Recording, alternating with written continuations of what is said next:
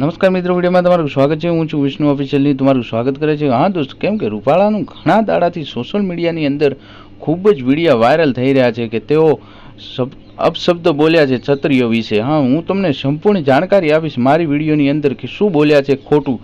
હા દોસ્તો, આ વખતે બીજેપીને પાર્ટીનું કહેવું એમ છે કે ક્ષત્રિયને હવે મોટું મન રાખીને તેને માફ કરી દેવાનો। હા દોસ્તો, રૂપાલાને બદલવાની કે જરૂર નથી। હું તમને સંપૂર્ણ જાણકારી આપીશ। આ વખતે દોસ્તો એવું લાગે છે કે ક્ષત્રિય અને ભાજપા બંને ઝૂકવાના મૂડમાં નથી। એના પહેલાં જો તમે મારી ચેનલની અંદર નવા હો તો પ્લીઝ ચેનલને સબસ્ક્રાઈબ કરી દેજો, લાઇક કરજો, શેર કરજો અને કોમેન્ટમાં તમારી શું રાય છે એ જરૂર જણાવજો। કેમ કે દોસ્તો, તમે સબસ્ક્રાઈબ કર્યા પછી મારી ચેનલની અંદર કોઈ પણ નવો વિડીયો આવે તો તમારા સુધી જલ્દી પહોંચે। હા દોસ્તો, રૂપાલના વિશે ક્ષત્રિય શું કહે છે એ હું તમને સંપૂર્ણ જાણકારી આપીશ વિડીયોની અંદર। પહેલા આ જોઈ લો વિડીયો કે શું બોલે છે, પછી આપણે આગળ વાત કરીએ। ગરદન વાળી લો અને પછી પાઘડી પહેરાવો એનો મતલબ ખરો? અને આટલી બધી અભદ્ર, આટલી ખરાબ ટિપ્પણી આજ દિન સુધી ભારતમાં ઇતિહાસમાં કોઈએ નથી કરી। એટલે આનું તપાસ કરો। આ મોહમ્મદ ગોરી તો નથી, આ ઓલાદ, આની તપાસ કરો। કારણ કે આવું શબ્દ વાપરનારના અમે ક્ષત્રિય માથા ઉતારી લઈએ છીએ।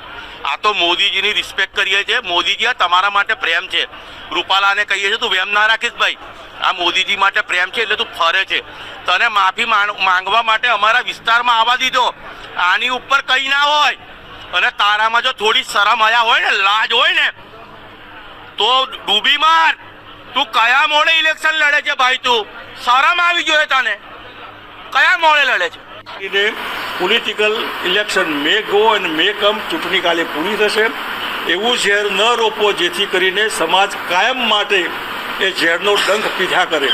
અને એટલા માટે તાત્કાલિક તમે થોડા સમજદાર હોય તો, અને જે આ આક્ષેપ છે એમાં તમે બી સહમત રહો હોય તો લોકસભાના ઉમેદવાર મોકલો, તમે એમને રાજ્યસભામાં મોકલો, જે કરવું એ કરો, એ કોઈ આપણને વાંધો નથી, વ્યક્તિગત સવાલ જ નથી। જો ભારતીય જનતા પાર્ટીનું હાઈકમાન્ડ, દિલ્હીનું હાઈકમાન્ડ આ નિર્ણય વહેલો નહીં લેતો આ ચિનગારી ક્યાં જશે એ કહેવાય નહીં। એના માટે જે કંઈ પરિસ્થિતિ ઊભી થાય એના માટે ફક્ત અને ફક્ત બીજેપી હાઈકમાન્ડ જવાબદાર હશે, ગુજરાતની સરકાર જવાબદાર હશે, દેશની બીજેપીની ગવર્મેન્ટ જવાબદાર હશે।